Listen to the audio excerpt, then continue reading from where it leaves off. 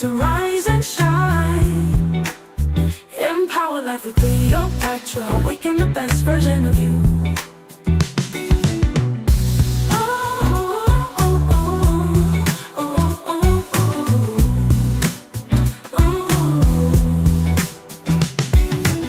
Your journey starts today. You've got one life to live.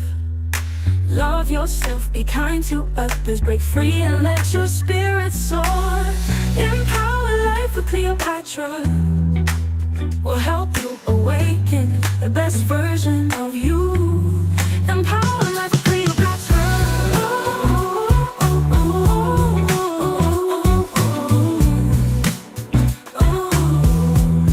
Empower life with Cleopatra.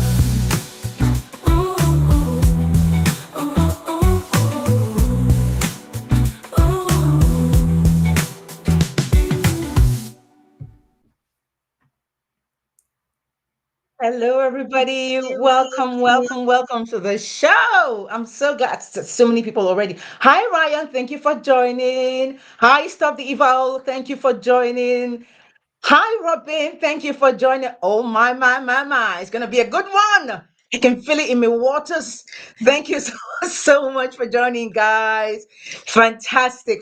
Look, welcome. So I'll say good morning, good afternoon, good evening, wherever you're watching from. You're welcome to the show, guys. Welcome to another life changing episode of Empower Life with Cleopatra. This is a show where we blend truth, wellness, healing, and real conversations that empower your mind, your spirit, and your everyday life, guys. But before we begin, first of all, like I always say, guys, I just want to say thank you for your love and support. Honestly, your dedication to this platform means a lot to me. I mean, the usual suspects are already here, guys. Honestly, you know you are the live wire of the show. I mean, God has just used you to bless me so much by always being here for me. So thank you.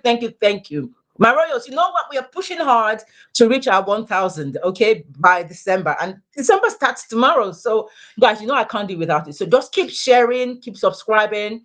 But before we dive in, yeah, guys, subscribe, yeah. And also, if you have a story to share, if you want to be a guest on the show, please send me an email on empowerlifewithcleopatra@gmail.com, right? And also, though, guys, if you're coming back to watch this again or anybody watching this show, please always watch it to the end so that YouTube will push it to somebody else who really needs to hear it, because this is going to be an amazing show tonight. Who else is here? Let me see who is here tonight. Who else is here? Everybody, guys, thank you so much for joining, right? Listen, today on Empower Life, yeah, we are joined by a man whose story is not only brave, but is transformational. Harj Gahley is a recovering gambling addict who turned to a mental health recovery advocate, right? He's a loving husband, a father of two boys, and a man who has journeyed from the edge of death to a renewed purpose. After rising to over 250,000 pounds in gambling debt, facing unimaginable shame, losing himself and nearly losing his own life on the M1 motorway, Haj discovered something powerful. That even when addiction takes everything, it does not take you. It doesn't have to take you. His turning point didn't come from a win at a casino, but from the innocent voice of his young son. A reminder that life, his life, still had meaning. Today, Harj is the co-founder of Soch Care, a groundbreaking charity empowering South Asians to speak openly about addiction, mental health, and recovery in communities where these conversations have long been more like a taboo, really. His mission is bold, his message is urgent, and his story is a testament to resilience, courage, and the unstoppable power of purpose. Ladies and gentlemen, family and viewers across the world, please help me welcome the extraordinary Harj Gahley. Harj, thank you so much for your courage, your transparency, and for being here today. Honestly, I do appreciate you. Thank you so much. Thank you. Such a humbling introduction. So I might get you to do my introductions more so now because everything you said was spot on, and I'm just feeling grateful. I'm humbled, and I'm blessed to be able to have this conversation with yourself. Oh, you're very welcome. And my royals, they welcome you as well. So just tell us about yourself, your background, and what led you into gambling in the first place. So for those that don't know, Cleopatra has alluded to it. So I'm Harj Gahley, a recovering gambling addict. Now that's really strange because growing up in a Sikh household, in a South Asian household, Indian household, my Welcome dad you was as born in well. Kenya, So just Nairobi. tell us about But yourself. for me, I grew up in that household where I wouldn't say it was stereotypical, but what I did feel was this pressure from this background. And I think a lot of Africans and a lot of Indians would understand this, which is, what do our parents say? What do our grandparents say? You've got to go to school. If you don't go to Yeah. school, you don't get a good education, guess what you're going to become? You're going to become a failure. Society's not going to want you. Who's going to marry you? How are you going to have this life? How are you going to sustain yourself? How are you going to live? How are you going to breathe? And all of these pressures that are instilled into us, or I say conditioned into us, that's what Mm. happened. So I didn't really have strict parents, but what I did have, I believe, was a strict society. So what did I do? I went to school. I got an education. I went to university, and for my sins, I did a degree. I did it Okay. in one of the most typical Indian degrees. Can you guess what it was? Is it IT or Ah! medicine or medicine? Medicine? No, law. So Okay, I studied okay. law. I Close studied enough. law. So, but for me, I sort of, what I saw though was that's all I knew. All I knew, because my dad came from Kenya, Nairobi. My mum came from India. So they traveled thousands of miles to build a life here. So all I've ever seen is my grandparents, my parents, and everyone around that society build this community where we have to stick together. But I think we now live in a society where that word community has either shifted or broken. Mm. And that's what I saw. But amongst that, not only did I see the greatness that the society brought together, which was pushing each other, because that's a great thing to be in. There's something called healthy competition, right? So I grew up in that Yeah. healthy competition, and I grew up around cousins, and I saw this person, a friend, or this. So what I saw was this healthy competition to become a greater version of yourself. Yes. But with that also came what I would call the darker version, and the one that we don't really talk about, but we've all experienced it to some way or form. Those household arguments, potentially domestic violence, domestic abuse within the house, alcoholic parents or an alcoholic dad, family issues, family conflict, Mm. potentially to certain points where you were maybe pigeonholed, or if you were opening up about something or wanted to share something with our parents or our community, they will tell you to shut up and be quiet because they don't want anyone else to see what's going on here, because they fear Yeah. the backlash of what other people in the community, other family members would think about them. So I grew up in that environment, and I'm assuming the viewers that are watching this could maybe resonate with it too, given that I know most people that follow me and people that reach out to me and the people I work with Mm. are from that sort of background, that ethnic minority background. Okay. Okay. Interesting. Interesting. So, what were the subtle signs that your gambling addiction had started, or how did you get into the gambling? Like, what happened? So for me, I never grew up around gambling. You know, let's be honest, we saw our family members playing cards at Christmas, birthday parties, weddings. You'd always see the men right in the back, but then sometimes you see those men that putting money down. But I never really saw that as a problem until Mm. I became that problem. So what happened was, on a night out in Birmingham, I just finished up university. I'd actually, like I said, I had a degree, but I didn't go into law. I realized that that industry and that profession wasn't for me. So what I Right. did do was go into something that I was always passionate about. Look, I grew up, I'm a hustler. I'm a hustler by heart, meaning I was that kid in the playground, which was hustling with sweets or trying to sell you some knockoff DVD or whatever it might be. So Mhm. I think this hustling mindset was always in me, and I couldn't let it go. But what happened was, and then I left university, I started this business, which is pretty much like a Facebook for university students. So me Yeah. and a friend, we grew this from 0 members to 65,000 members within 2 years. So that's Wow. from 2007 to 2009.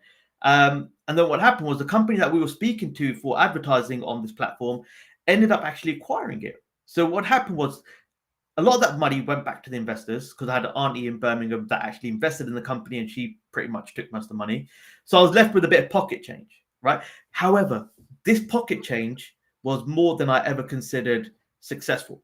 Now, like I said, when I grew up, I thought being on a 30, 40,000 pound a year job, driving a German car, buying a house, getting married, that was success. I've now surpassed that level of amount of money I've ever had. And I've also never seen anyone in my immediate family have that amount of money too.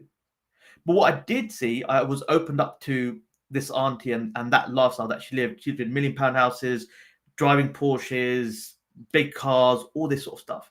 And was that type of person that would never eat at home or never cook. If it was disgusting. I'm just putting my hands up.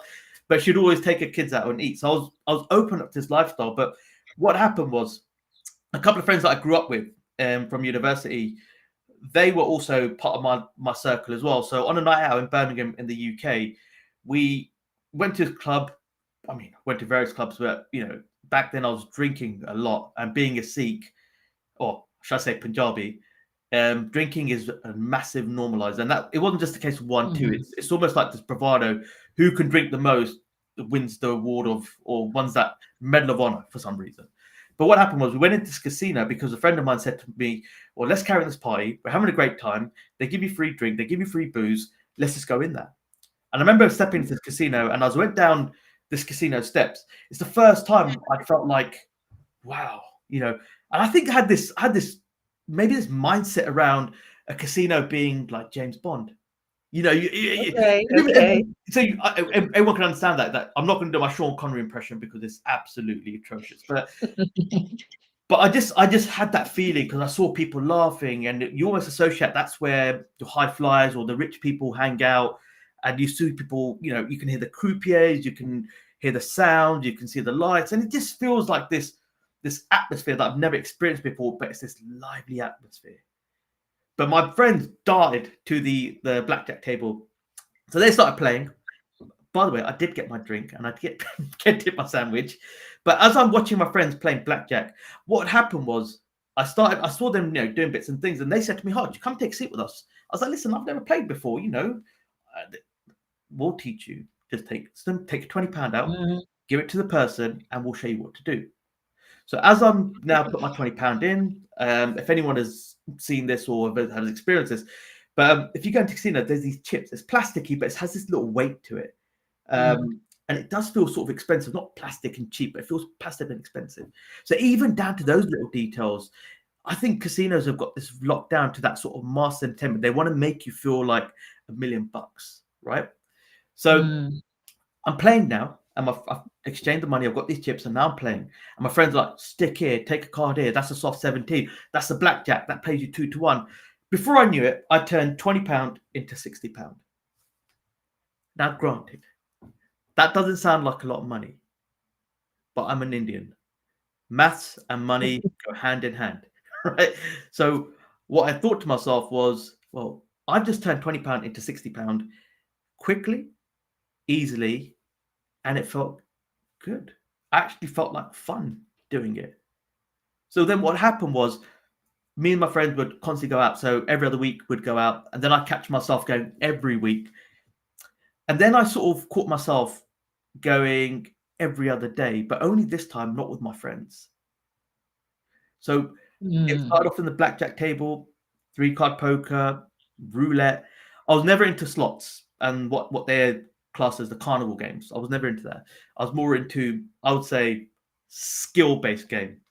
Well, I say skill, but you tried. I think that's another excuse of fooling yourself to thinking that you can beat the system, because that's what I tried to do, right?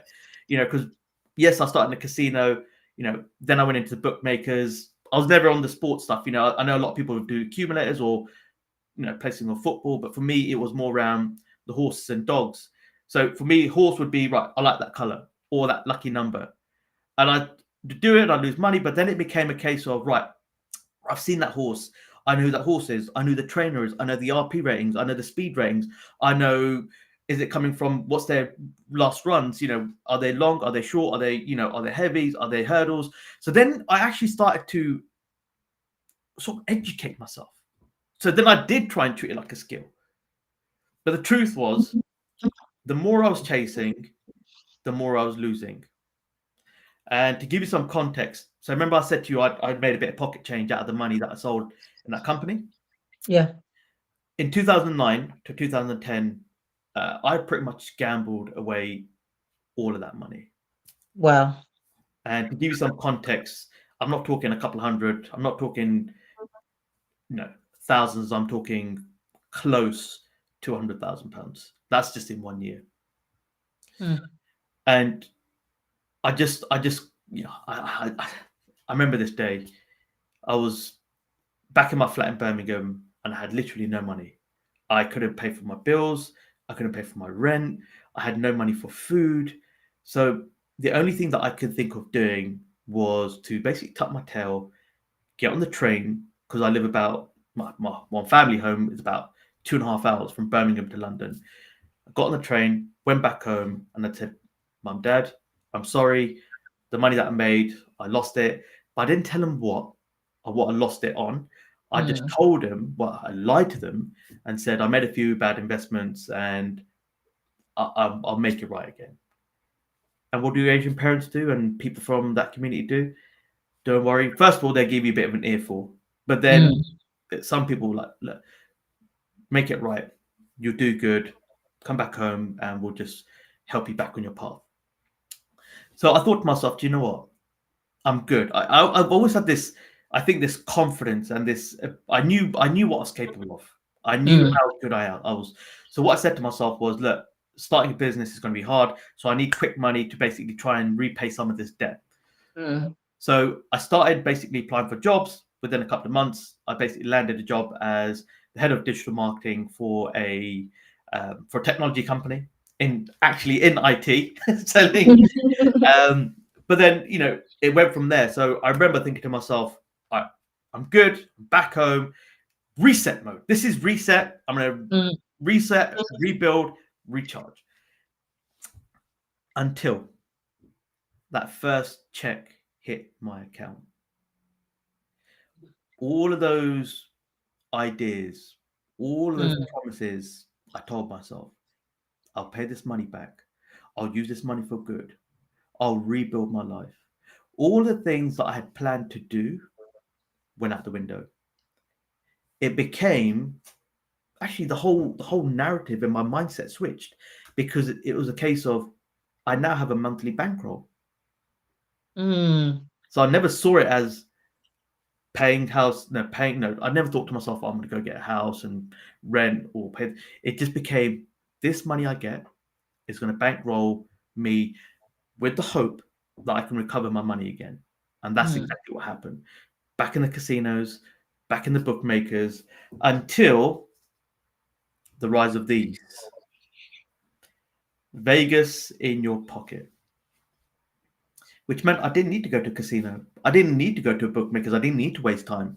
Everything I needed was at the touch of my fingertips.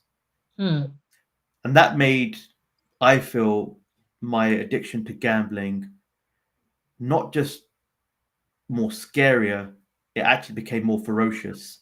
And I would say I lost a huge part of who I was, who I showed up for, my identity, being a massive people pleaser, the things that come with it. Because I know a lot of people talk about compulsive gambling, but I don't think they talk enough about the compulsive line that comes with it.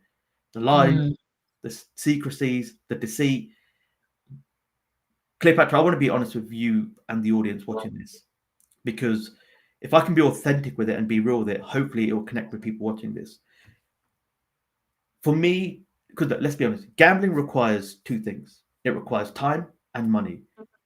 Money is the most important thing. Time will come after. So in order to get money, I would ask my parents. I would ask my brothers. I would ask friends. In fact, I would manipulate them to making, if they would say, well, I can't give it to you, I would manipulate them because I've become such a great manipulator to make them feel bad about them for not giving me money that I need for gambling. But they didn't know it's for gambling. But I would use their current situations where they're in a broken down relationship, or whether I know that they've got a bit of a problem. So I'd use what they have got going, what I'd say negative in their life, and I'd use it against them, which sounds bad right now, but here's the honesty, that I was a great manipulator, and that's how I would get money. Even to the point I was running fraud, I was leveraging money out of corporate accounts and things like that. So I want to be honest here, because that's the ferocity that it came down to, where if I needed money, I'd go and get that. And this carried on, for 12 years of my life. So from 2009 till the exact date was 16th of June 2020. Bear in mind, unlike other addictions like alcohol and drugs, you normally can see when someone's intoxicated, right? Or someone is using. Gambling is a lot harder. It doesn't mean you can't see the signs. It does leave breadcrumbs. You just need to know what the trail is to look out for. And so for me, I hid it from my family, hid it from friends. I met my wife on a flight back from New York in 2012, got married in 2014, had our first child in 2017. Boom. Then 2020 happened. Not only did my life come to an abrupt stop, but I think the world did, because we went into a global pandemic. But then my life shut down a lot further than a lot of people may have experienced in that period. Wow.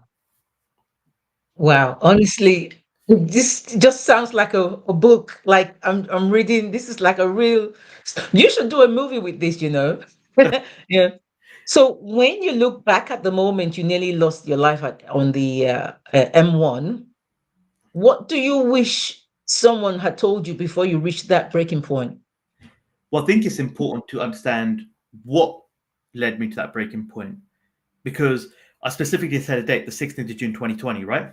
So that was the day where my wife had her gut intuition. You women have fantastic gut intuition, and you listen Yep. to it, and you focus on it. Men, when we have a gut intuition, we just think it's indigestion, right? But what I mean by that is that we don't pay focus to it, and we Yeah. push it down even further. But the reality of it is that remember those little lies? Well, Yep. why are we getting this? Why are we back on these payments? What is this letter? What is this debt letter? What is this bailiff letter? Why are we not booking holidays? Why are we not doing this and this? Every time we try to go out and with a meal, you keep either adjusting it or you keep rescheduling it. And the reality is that when I mean gambling was consuming my life, it was consuming my life to the point where I call it my mistress. That's what it felt like. It felt like I was in a relationship and I was protecting it, hiding it at all costs. Because for me, it was giving me things, or I say feelings, rushes that I wasn't getting from the real world. And it also became part of I wouldn't say, I'll be honest with you, it became part of escapism, because anyone looking at me would have been like, Harj Gahley, fantastic man. He's on 6-figure jobs, working for the royal family, working in high corporate jobs, working in the private jet sector, got married, beautiful wife, house, all, driving a fancy car, all these things. But they never saw the shell of a man that was hiding behind all of those materialistic things. So for me, on the 16th of June 2020, my wife's gut intuition all came flooding out when she got access to my phone. And in my phone, I had a secret bank account. And in that bank account was just everything there, black and white. Transactions after transactions. Boom, boom, boom, boom, boom, boom, boom, boom, boom. Like, you're not talking tens, hundreds, you're talking thousands, tens of thousands. To give you some context, when me and my wife worked out how much money I had gambled away, or should I say how much debt I'd put my family into, I put my family into £250,000 worth of debt. £250,000. Now, I don't care who you are. That's a big pill to swallow. That's a pretty sizable amount. But the truth is that I was so blinkered by my reality. I'll say I was more delusional by my reality of what I was doing, was the fact that I'd been chasing this jackpot. And here's the truth. most people don't go into gambling, and anyone that watches this that has been through this or is going through this will understand this, which is most people would use some BS excuse that it's this and it's that and escape.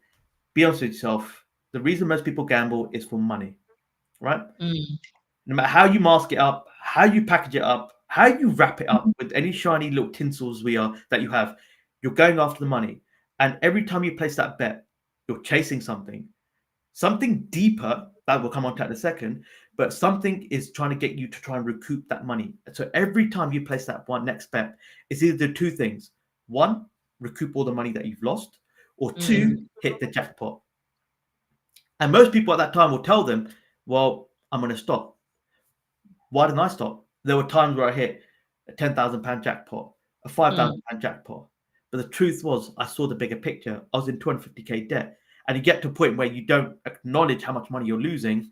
Those little wins, while they feel great, they don't actually hit the bottom, because there's times where I've lost £9,000 in 20 minutes while sitting at the toilet at work. Sorry, at the toilet at work. Think about it, £9,000, 20 minutes on the toilet at work. You know, I was gambling at work. I was gambling on the way to work. I was gambling when I got home. You know, my wife would be sleeping me next to bed. It was me, literally gambling took over my life. And it put me in that situation was now with my wife. And funny enough, I remember that day because my 2-year-old son, Jeevan, I'll come on to him later on, but it's a beautiful name, and his name plays a big part of this story and part of my recovery. But Jeevan was playing in his room, and I remember this moment which my wife was like, listen, I can't carry on. We were isolating with her parents, and she's like, pack your bags, get lost, we're done. I think for so long I was trying to chase this jackpot, right? And I didn't realize my jackpot was sat in front of me. And the reality was, my wife, everything I put her through, the lies, the secrecies, the blames, she's still stuck by me as my rock through thick and thin. And yet now I've taken advantage of her, and now I'm risking losing everything. And I remember that day, oh man, it was that gut-wrenching feeling of packing your bags, thinking that you're never going to see your children, and thinking of how much of a failure you are as a father. However, a couple of hours after, my wife came back up as I'm just getting my stuff ready. She sat down next to me and she said, I've spoken to my dad. I've spoken to your parents. If we're going to make this work, any man, just stop silent there. Any man that heard that is like a new lease of life. There was, yes, there was hope. Hope. But she said you have to get professional help. Now, I'm a man. My ego almost got the better of me. I can do this. I don't need no help. I can fight this. The reality was, I tried to fight it on numerous occasions before, but they say when the devil's on your shoulder, it's hard to look the other way until an angel comes into your life. Wow.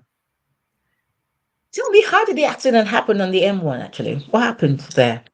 So between June 2020, well, 16th of June 2020 to 18th of August 2020, I started getting professional help, because what happened was I reached out to my temple, my local faith temple, and I think faith plays a big part of it. The truth was, when I asked for help, when I was basically trying to take a win, God didn't answer it. But then at the same time, when I'm asking for help through my temple, I felt like I was judged. I felt like, beyond the words, I felt like this is the place that my community reaches out to, and yet now my faith is pushing me away. So on two sides of the coin, I don't feel like God is answering my prayers. I went to NHS here, which is a medical institution here in the UK. I'm pretty much sure people know what that is. But I did that because I thought, I need this. I need to get therapy. But what happened? I wasn't doing one-on-one. I was doing them in group therapies. I wasn't getting the proper treatment. I was being educated on what addiction is, not treated on what addiction is. Right. But more importantly, who is Harj as a person? Because let's be honest with you, I think 72% of people that are treated by NHS addiction services are white. Now, how many ethnic minorities are there here in the UK? millions. So you're telling me that that number is so high, so there's a disconnect, and that's because they don't understand people's backgrounds from ethnic minorities, cultural differences, societal differences, religious differences, language differences. So how can they treat all these people, right? So as I thought I was getting better, my mindset was getting worse because people don't talk enough about this in men, but we all experience it. The internal dialogue, the way we talk to ourselves. I was in this frame of mind, which is, oh, the way I was talking to myself, you wouldn't even wish upon your worst enemy. You're a failure. You're a this. You're a that. Your kids don't want you. You put your family in debt. How dare you? You know, I mean, it goes well. I don't want to use this words and what I really want to say, but imagine the deepest and the most derogatory and the most heartbreaking things you could Yeah. ever think. Not only you saying it to yourself, you're feeling it. So that pushes you further into abandonment and it puts you into isolation. And you do that to yourself. And I remember I was driving back on the M1 in my BMW 3 Series, and I'm driving down the M-way and I'm just replaying. Now that record that's just broken, boom, boom. And it'd been repeating for weeks now, for weeks. And I saw what it took to come out of that hole. And I'll be honest with you, I didn't have the energy, nor did I have the fight, nor did I feel like God was answering my prayers. So I remember driving on the M1, and I promise you, I said this, you call it God, some people call it Allah, we call it Waiguruji. Waiguruji is God. I remember saying to God, Waiguruji, I said, Waiguruji, just make the pain stop. I took my seatbelt off. I let my hands off the wheel, put my foot down, closed my eyes, Wow. and boom. Everything just shut down. Then this sort of consciousness or subconsciousness, this ethereal moment kicks in. Am I awake? Am I alive? Have I crossed over? Am I really here? Then your senses kick in. The nose kicks in. The smell of smoke. Oh, damn, I'm alive. Angry, but I'm still alive. Prayers weren't answered again. And I didn't realize what I'd done at that moment. And I panicked and I tried starting the car. But if you saw the state of the car, it was going nowhere. Fast forward, I remember getting out of the car. The paramedic arrived on scene. I remember this beautiful old lady. She just stepped up to me. Another angel showed up. She said, Harj, do you believe in high powers? It's like, I don't know. She said, if you don't believe in God, I think you start believing right now, young man, because because I've seen less than this with vehicles and they haven't walked out.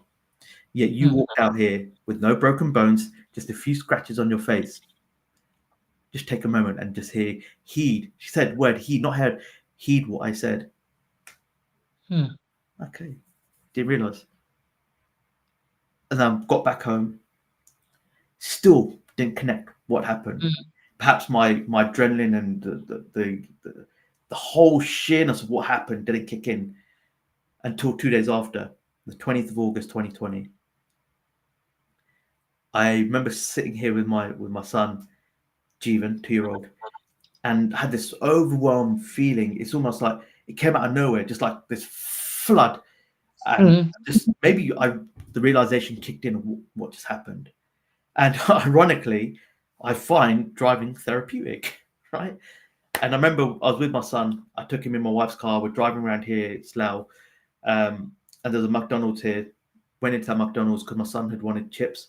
Never asked for Happy Meals. Never asked for McDonald's. Why are we going into here? But however, my son, whatever he wants, I'm going to give him. Got to the drive-through. And I remember I said, do you want Happy Meals? No, I just want some fries, French fries, chips. Okay. I ordered the chips. I'm in the drive-through. Lady's handed it to me. My son is sitting here behind me. I remember this moment. I turned over to my son, handed him chips, and we just had this moment. Once again, that almost that same moment of that ethereal, just everything just slowed down. Time slowed down. Everything just quietened down. And this moment that me and my son had with each other was something so powerful. Sorry. And it gets me today because he said 3 words. And those 3 words are, I'm so lucky. Mm. As a parent,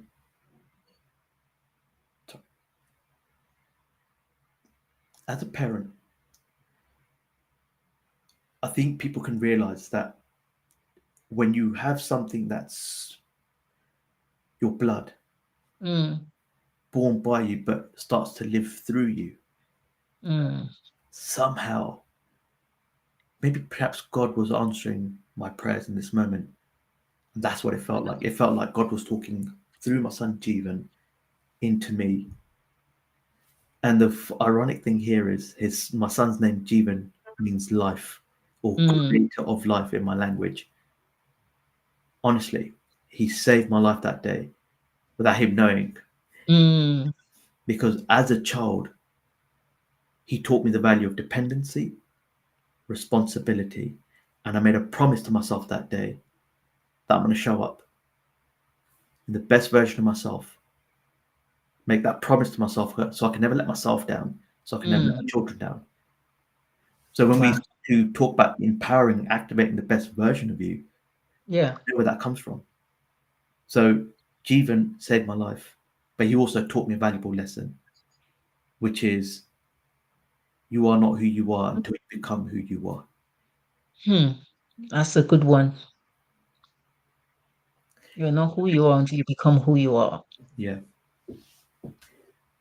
Keys, you have to know how to become who you are, or go through the process that needs to happen Yeah. for that discovery to happen, I suppose.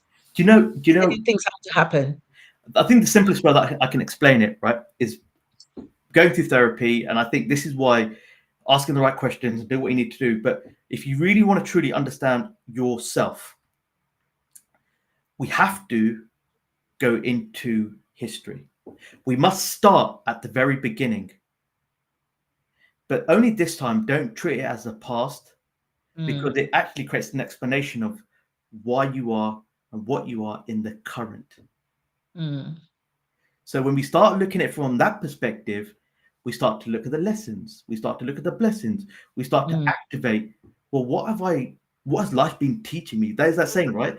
Life Mm. teaches great lessons, but we choose to turn a blind eye to it because we only focus on the pain. And the pain is Yeah. too hard to bear. But once we subside the pain and we work through the pain and we heal from the pain, and this is what I learned from, and this is something that a really famous psychotherapist, someone out there called Gabor Mate, I'm not sure if you heard of him, he says this: is Mm. never ask why the addiction, ask why Mm. the pain. Mm. You only have to look at someone's lifestyle, what they're going through, their identity, how they're showing up, their emotional state, for it to give you an idea of what pain is this individual harboring that they're not Mm. potentially speaking up, especially with men. Mm. Men, that they are so prudently wearing this theatrical masks, And the they mask mask of it father, exactly with all kinds of addictions yeah, the mask when of you need to father, actually address the root cause of it. the husband, the loving child, the Mm. worker, the professionalism. We all wear masks, men and women, True. and we learned this life of theater because Yeah. it's easier to put on the mask than to address what's behind the mask and look in the mirror. Exactly. Exactly. Let me take a few comments from my royals. Stop the Evil was the first person that joined. Thank you so much once again. Says my father was an addict, so I can relate to this gentleman. I can't wait to hear how he was able to overcome his addiction. Now you're hearing it, so yeah, and I hope that has really inspired you as well. Um, and yeah, um, Can I relate on that just a little bit on, yeah. on what people can do? So I could talk about the logical things to do. For an example, contact your bank. So I think you can put like what I call an alarm system on your house right now. Because think about it, Mm. when you get burgled for the first time, you may not have all that security system. But when you do, Mm. what's the first thing you do? You put an alarm system. So you need to do Mm. the same thing with your personal life. So contact your banks, tell them you have a problem with gambling, and even with Mm. your people in your household. there are some self-exclusion tools out there. Here in the UK, there's GamStop, there's GamBan, there's Bet Blocker for certain places. The third one is one of the most important ones, which is activating the acknowledgement of where you are right now and saying to yourself, I need help. Not I want help, I need help. Two different factors there. The fourth one is the hardest one to do, especially when it comes down to gambling. Who do you trust in your life where you can surrender your finances to so you can stay on the path of healing? Let finances not become the issue right now. So when you start your healing process, don't focus on the addiction, because if you allow it, you enable it. So what you want to start looking at is start facing the mirror and start identifying the places in your life where you lack two things. Where do you lack love? And where do you lack validation? Some people will call it status, identity. And you tend to find that, think of this, you tend to find both of them go hand in hand. Now, I grew up with an alcoholic father. I didn't have the fatherly love. I grew up with a mother in survival mode who had to look after 4 boys and an alcoholic father or husband, making sure the bills are paid, the house is looked after, the boys are fed. And whatever little love that she gave, she tried to do the best of it. But what does this child want? They want to be loved. So then that changed me as an identity, as a person, because then I became the person. While I was on 6-figure salaries, but still felt my self-worth wasn't there. Because worth is linked to self-worth, not external. And then why was it I became the people pleaser? Why did I get validation from being the life and soul of the pie, the first one in? I can reach out to you because it pleased my sense of status and identity and validation. I can be the person that can solve your problems, because guess what? I will solve my own problems. So when you look at your addiction, remember, like Gabor Mate said, don't ask why the addiction, ask why the pain, and you'll answer so much more, and that will activate the switch of going deeper into healing process. Okay, well, that was going to be towards the end, but you've answered it now. So that's one question less. So thank you for that.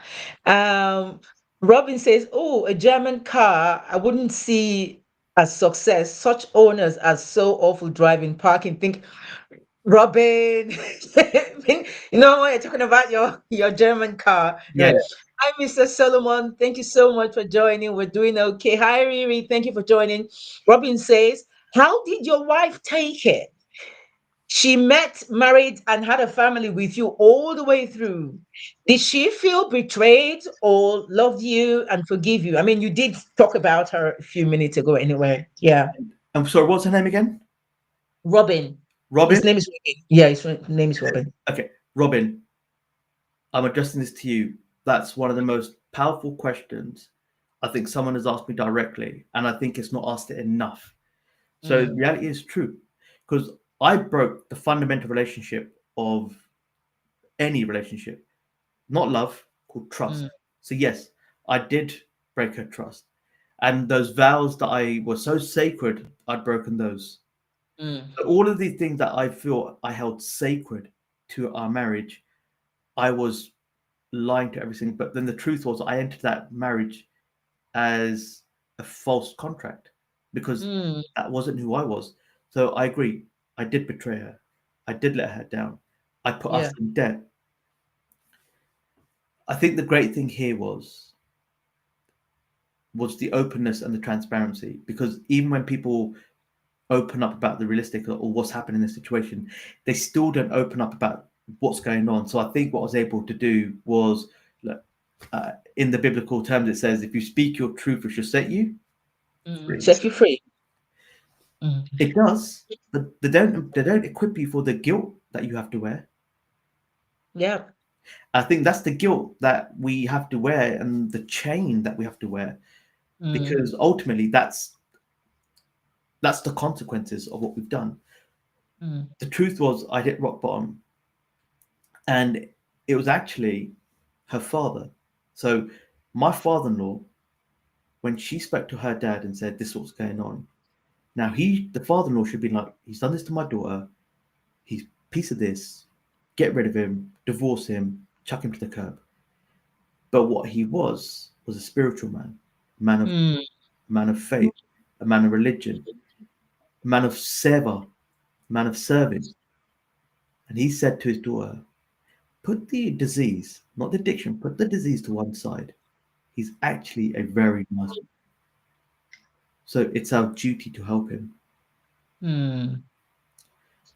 Now, my wife didn't tell me that till long after.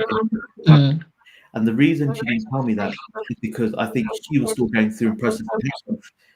But the reality is that I grew up in a household where we didn't talk about problems, and even if we did talk about problems, it was shut down. Mm. And ultimately, because I'd been shut down, the places like, and I say this as well, just because they didn't hit you or they did hit you, that same person also didn't hold you. Mm. That's what I was looking for. I was looking for someone just to see me and accept me and hold me. That's what happened. So what my wife had was also support mechanisms in her place. So what Mm. we had to do though was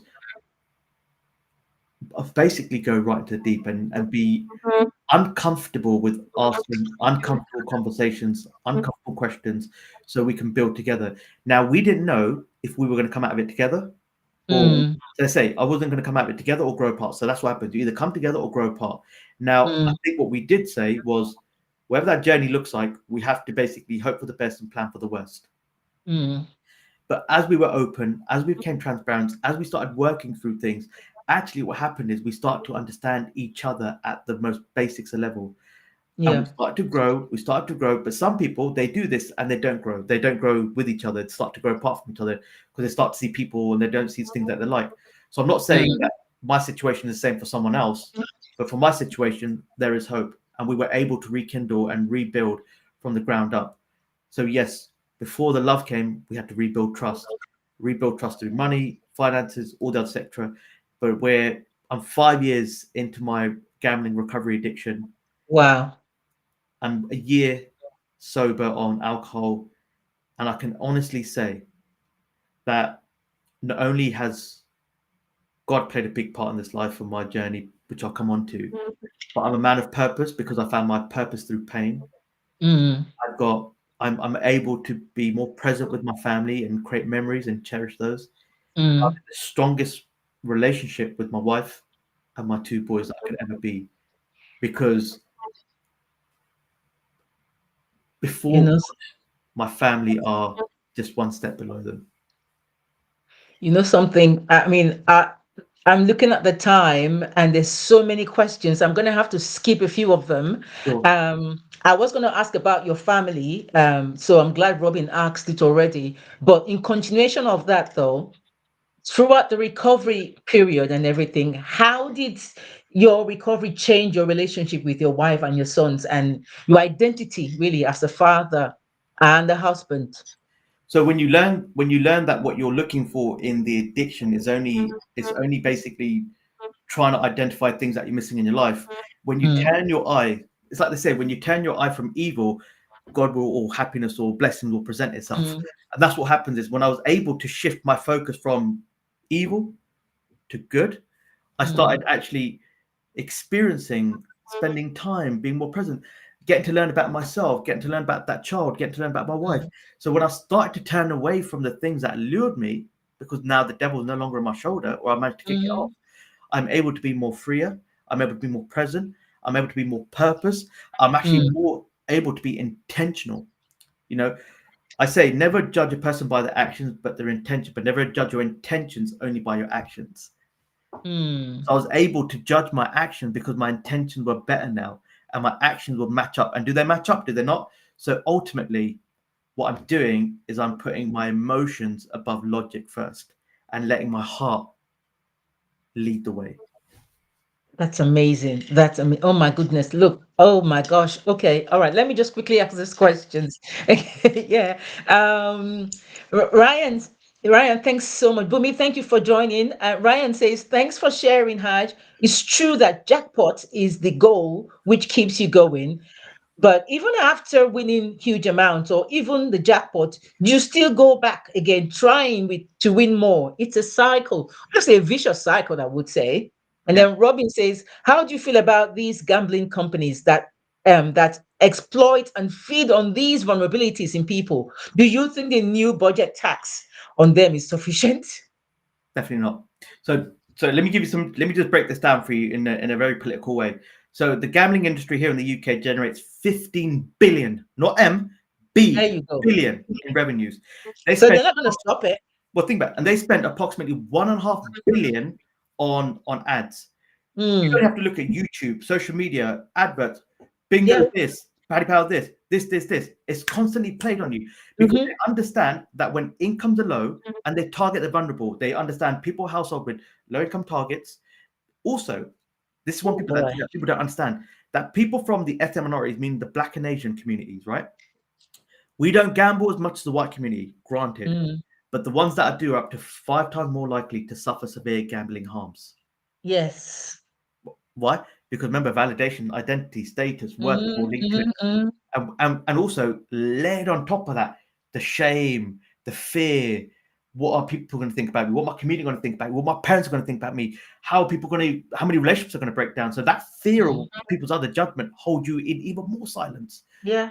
So what she said, the comment that I made. So before the new, what they call it, the gambling duty tax that has now been imposed. It used to be 21%. Now it's 40%.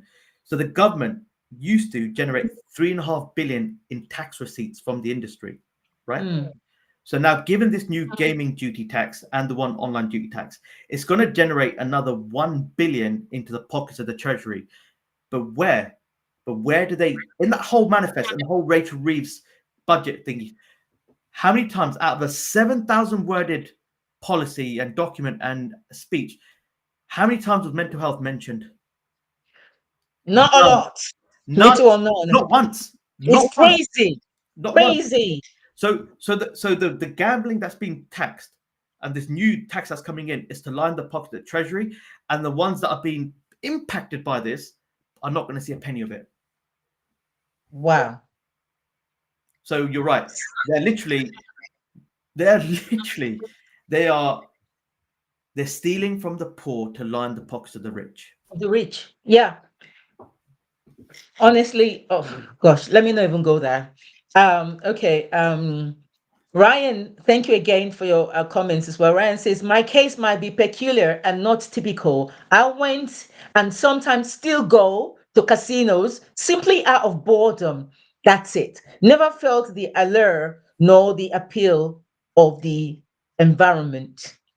And then he says, Haj, do you still get cravings to go gamble or still go sporadically? So I don't get the feeling, I get the memory. Two different things. So Okay. at the beginning, I would get the feeling because it's so habitual. Remember, no one is Yeah. born an addict. It's a learned behavior, which Yeah. also presupposes that we can unlearn those behaviors. So Hmm. at the first time, because it became such a habit, it's a bit like going to the gym. Yeah. If you're snacking on crisps all the time, but then you want to get healthy, would you start thinking about snacking on crisp again? I agree to begin with. But then when you start seeing the weight loss and you start seeing a better version of you, guess what? You no longer focus on the crisp. You Yeah. focus on the memory that the crisp gave Hmm. you that led you to that person. So where I'm right now, I no longer have the urge and the desire to go and gamble. But what I do Hmm. get is a reflection. And it might be a case of like right now in Christmas, there'll be Hmm. times where I'll gamble away a month's worth of Christmas wages, but then I'll be stealing in certain Mm, high street shops to basically buy Christmas presents or mm, to get Christmas presents. So it's a reminder of how far I've come and how strong I've mm. become and how more of a servant of God I've become. Yeah. Oh, that's wonderful. It's a complete 180. Wow. Yeah. And so also Priscilla, thank you for joining. Priscilla says, powerful. Thanks for sharing. Ryan says, I'm curious. Are you a Christian? Not judging, just curious. I noticed you did not mention prayer or God's intervention as one of your options of help. He's sick though, and Ryan, and you did talk about prayers, didn't you? Yeah, Yeah. go ahead and answer that. So I'm a Sikh, and me and Cleopatra had a beautiful conversation about this, and we Yes, were we talking about did. because there's I'm a Sikh, and we believe in God. So we have this saying, which is "Ik on God, we are all one." Right? We believe in a singular God. Now that God could be Cleopatra's God, it could be Allah, it could be wherever it is. So I'll say to you right now, I believe I have a connection with God. Am I religious? I wouldn't say I'm religious, but I'm spiritual. I'm in spirit with me and connected to my God. Now, what I have started to do over the past, say, I think, year and 18 months, I've started to learn a bit more about my scriptures, what we call the Guru Granth Sahib and the teachings of our gurus, which are a bit like what is in the Bible. So I'm starting to learn the passages of our gurus and what they're teaching in it. So I think I have started to step more into my religion and start to understand more about my religion. And to be honest with you, I've made references to Bibles. I'm actually reading more from the Bible and taking passages from the Bible because I think they're really, really powerful. So it's a hard one to answer because I believe in God, I believe in spirituality, but I believe right now I'm on this journey or this Columbus journey of finding out faith and religion and what that looks like. That's amazing. That's amazing. I think I don't even believe in religion, to be honest with you. I believe in more of a relationship. It's more of about your relationship with God, not even so much about religion, because religion didn't even do anybody any good, to be honest with you. People use religion to commit all sorts of atrocities and crimes and everything. So it's not even about a religion. It's about your your walk with God, your direct relationship with Him. Also, the same So words that you read, you can read the same passage and have a different perception of it. exactly, So exactly, it's gonna be a difference, isn't it? So I'm exactly. on this. Shall I say I'm on this. I don't believe I'm 100% connected. I've got my divine intervention. I've got my connection with God. Yeah. I'm just surrendering at His feet to let Him play the wave. Absolutely. Ryan, thank you for that question. That was an amazing question. Thank you. Robin says, I hope you give or have given your father-in-law a big hug. Do you know what's ironic is that I actually forgive my father. Actually, gave my father recently as well, and that I believe I believe in the act of forgiveness now. But Mm, the truth is, when I'm facing something or I'm experiencing something and I don't have to navigate or I need advice, I'm going to turn to I always turn to my father-in-law before my own father, and I don't think I mm. actually turn to my own father because my father-in-law is giving me the voice of God because he's a spiritual and a man of faith. See, sometimes, for when to show that God really loves you, what you lack, in an area of your life, God would use somebody else Yeah, to compensate and help you fill that void, because he will not come down himself to come and do it. He will always use people around you. And I think I was going to say about was that's why it's very important for a man or a woman to marry rightly, to marry the right spouse, to marry the right wife, because and marry, a wife, a good woman who comes from a good family, or a good man who comes from a good family, because that support system is amazing. Because if they were not good people, they would not have supported him yeah. like he needed to. Now is the better version of himself. So yeah, it's a very good thing. Bumi, thank you. Ryan says, I really appreciate your candor and openness about your experience. It does help to hear real life experiences and seeing it's curable. So thank you. Amaka, thank you so much for joining. Amaka says, I was traveling. It's okay. Main thing is that you've joined and you said you will catch up later. That's fine. And Kingsley, thank you so much for joining. Robin is asking again, what were your first immediate habit replacement activities, i.e., to fill up the time occasions when you did used to gamble? So were you reading or watch crappy films or comedy? What were you doing Great to question. make So I tried it all: gardening. I'm in the mid of gardening, baking, pizza, coloring, and nothing worked. So actually, let me say something that I don't think I've ever said before, but I'll say it to you right now, yeah. which is I still believe. You ever heard that saying? Once an addict, always an addict. Say again so everybody will Ever hear. heard the saying? Once an addict, always an addict. Yes.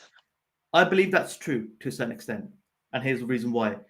Because when I started going out there and I realized that, hold on, there are people out there like me that look like me from the same color, same background that I've seen in casinos, seen the bookmakers that are struggling, because I'm not the only one.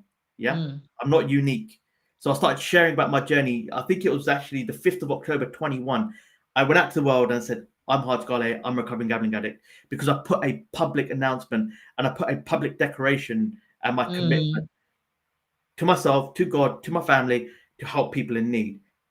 What I realized was when the first person, because my wife going, why are you doing this? Why are you doing? Why you keep repeating yourself? When that first person reached out and said, I watched the video and I need help, and I was able to help that individual, it gave me what I was looking for. And I become now addicted to the act of service through God, which we call seva, which is to selflessly serve without any expectation or anything in return. Hence the reason why I set the charity Soch Care, which means think your mind, or basically Soch. We said have the saying in our language, Soch Care, which means stop before you do something. So Soch Care basically provides free therapy, basically free support and guidance for South Asians in the UK, because I've seen what that relationship and that landscape looks like. And we want to be able to put culturally aligned, trauma-informed support. So when anyone from our community comes to us, we don't want money to be an object from receiving the right help. And I believe I genuinely am doing what I call hukumnama, my hukum, which means God's You're calling.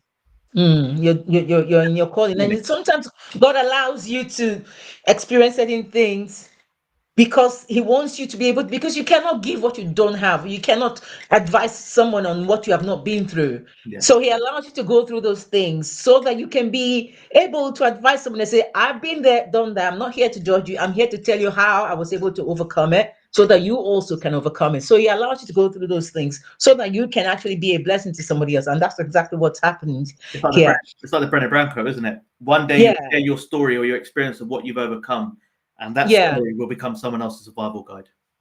You know something, right? I mean, the questions that I have here, we didn't even touch half of them.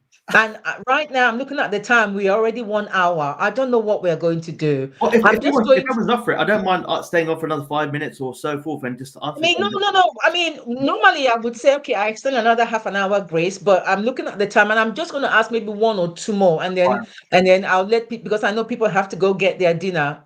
Robin, hint, hint, hint, nudge, nudge, Robin. I know Robin with his dinner. But for somebody watching right now, drowning in debt, in shame or secrecy, what is the very first practical step that I know you advised, you gave some advice a little while ago, but what is the first practical step that they can take within the next 24 hours, for example? Ask yourself this question. When you're in the act of the addiction itself, gambling, drugs, or alcohol, what is it giving you in that momentary time? Is it escapism? Is it less pain?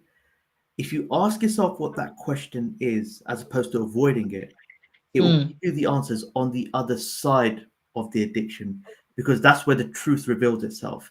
And once the truth starts revealing itself, understand that no person has ever built anything of legacy and success by themselves.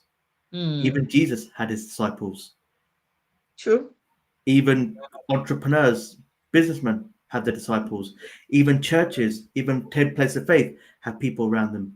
This is why it's called, that word I go back to, community. When you drop your ego and ask yourself, I need help, help will provide itself, because you've asked it into the ether. That's right. That's right. Also, we talked about your community just now. The South Asian community often treats addiction as a taboo, right? I'm assuming that's what normally happens. So, what cultural barriers did you face, and how did your charity Soch Care how is it breaking those taboos now? Because I know that you're using Soch Care to actually support people who've gone through the same thing. Well, But did they embrace you even when you had that? Because I know you said it's not something that they normally would embrace. let's keep it calm on this one, shall we? So let's be honest with you. Addiction doesn't discriminate. It doesn't care about your color, your race, your creed, your ethnicity, anything. It comes after you and your black hole, right? So the only people that actually cause that barrier of discrimination is people. Exactly. And the truth is, so you'll understand this, and the viewers understand this. So you heard the story of Moses and parting the Red Sea, right? So as he parted the Red Sea, that's your direction of healing, of faith, or coming out the other side of the addiction. But when you do this, and when you part that Red Sea, which is you accepting you're wanting help, you're going to have people around you that are going to be on the left-hand side that will talk bad of you, that will talk ill of you, that want to push you down, that want to see you fail. But on the other side, you have your Yeah. champions, you have the people that support you, the people that push you. So no matter what, you can never experience negativity without happiness, positivity without negativity, love without heartbreak. So understand it's part of the parcel. You're going to have to focus on both because that's what truly creates an equilibrium in your life. And when Yeah. you focus more on the journey than the people themselves, oh, transformation happens. Take the rough with the smooth. There we are. Yeah. So oh gosh, Robin says, have you been able to get funds from Gamble Aware to help fund your charity? I've just finished you've just finished the dinner. Okay, fine. But have you been able to get funds to help with your charity?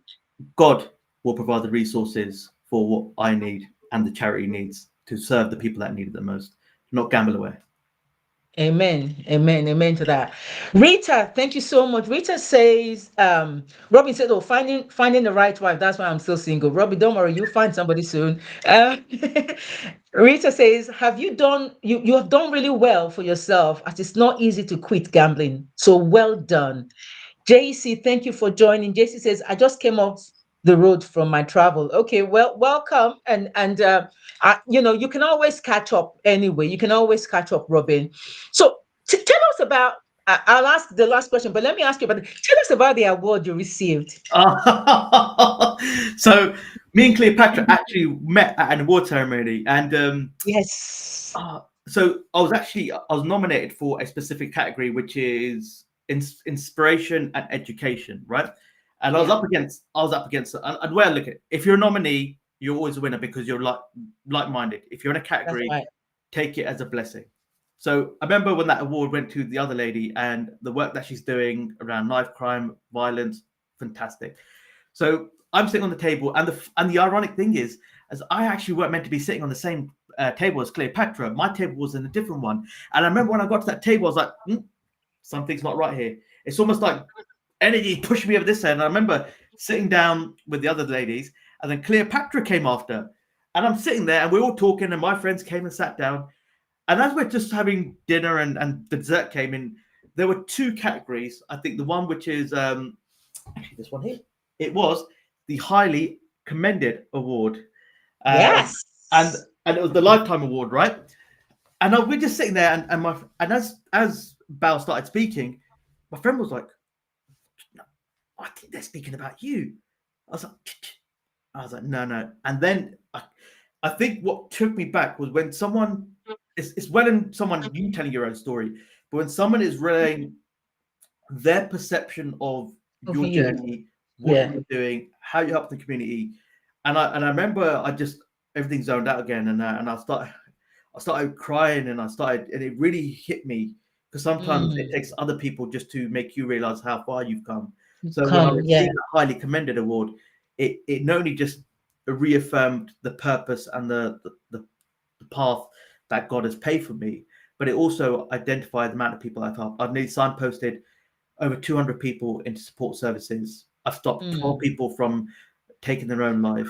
So when you talk about living a life with purpose, I'm there, and that was just a resemblance of maybe a sign of God saying you're on the right path. You're on the right path, absolutely. Celia, thank you so much for your comment. Priscilla says, I have to say this here. My son is struggling with sports betting. Do you have a website or a support group? Yeah, so because I get on TikTok, I get a lot of people from the Africa continent. So if you can let me know where she's based, is it the UK? Is it in Africa somewhere? Let me know, Yeah. and I can provide the right support services for you guys. Yeah, Priscilla, just put where you're reaching out from. Yeah. And also, everyone, my royals and everyone who's going to be watching this again. I've put Harj's details on the description of this. So if you go to YouTube, please just look at the description, read the description. You see all his details are at the bottom as well. So if you want to reach out to him and also follow him on social media and everything, just it's all there. Yeah. Yeah, And please, if you haven't subscribed to this channel here, talking about following and subscription, please follow me on this channel and all my social media outlets. Empower Life with Cleopatra, on TikTok, on Facebook, everywhere, and on the Instagram and everywhere else. Yeah, just follow me there as well. Yeah. Oh, Christina is from the US. Okay, yeah, I've got some for her. So there's Bet Okay. Blocker, there's Bet No More. So there's some organizations. So just ask her to reach out to me on one of my socials. I'm actually responding with the team. So I read every single message that comes in. So I'll respond Right. directly. Okay, so Priscilla, if you check the description, yeah, you'll find his details. And if you cannot find the details, I will, reach out to me and I'll help you get them as well. Or you, Yeah. or you can just Google my name and it'll come up somewhere. And it will come up somewhere as well, Yeah. right?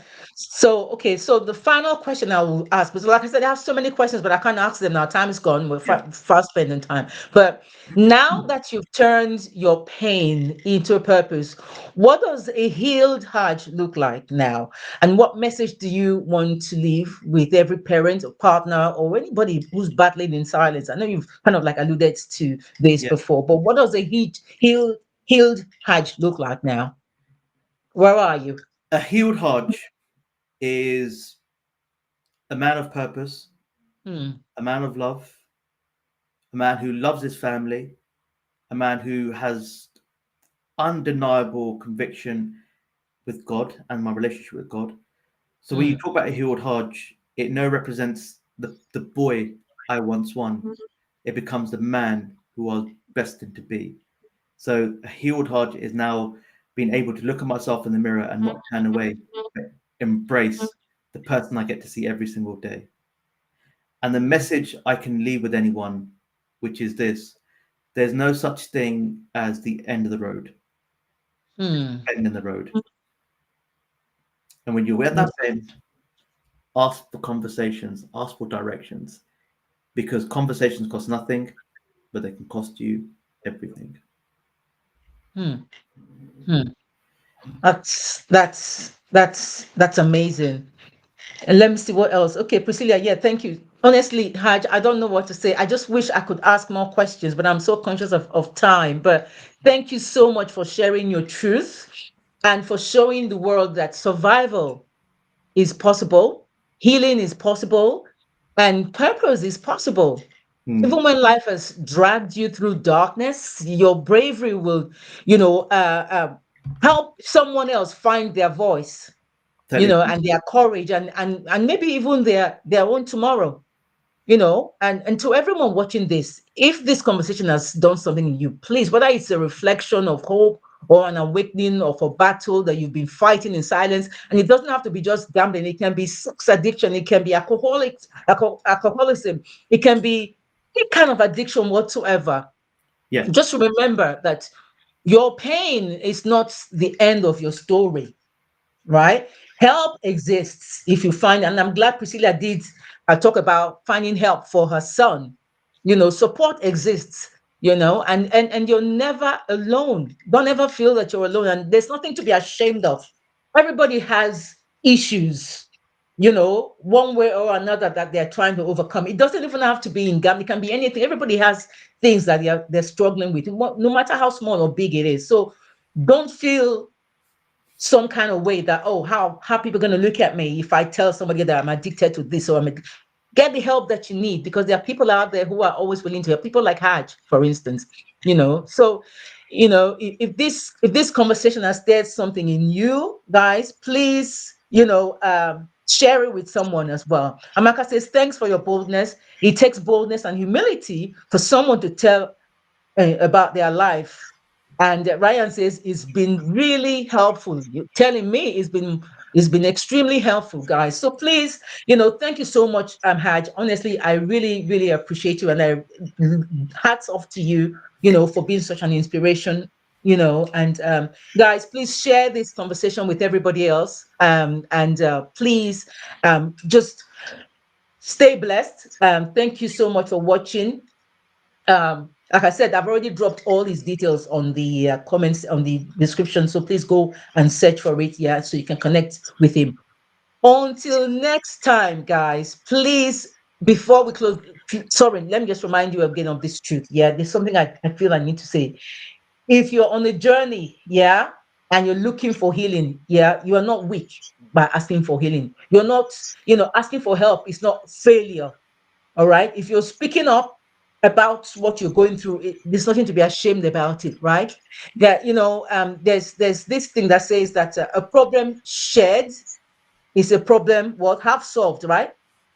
Right, acknowledging that you have a problem and then actually doing something about it, you're already halfway there. All right, so don't feel you're alone. So guys, thank you so much once again. Until next time, be bold, be kind, be unstoppable, be inspired, and be empowered. I'll see you next week, guys, for a wonderful, honestly, next week's show, guys, is going to be amazing. Royalty will be in the building, by the way. I'm just saying. Royalty will be in the building next week. So I cannot wait. And I can't wait to see you guys. So thank you so much for watching, guys. Thank you so much, Haj. Bye, everyone. Thank you so much. God bless you all. Bye.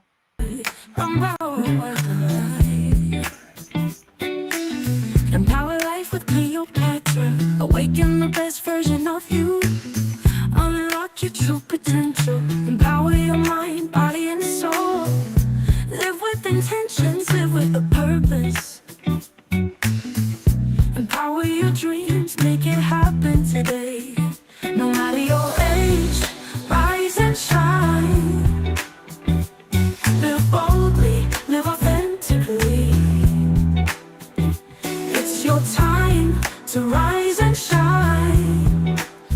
Empower life with Cleopatra. Awaken the best version of you.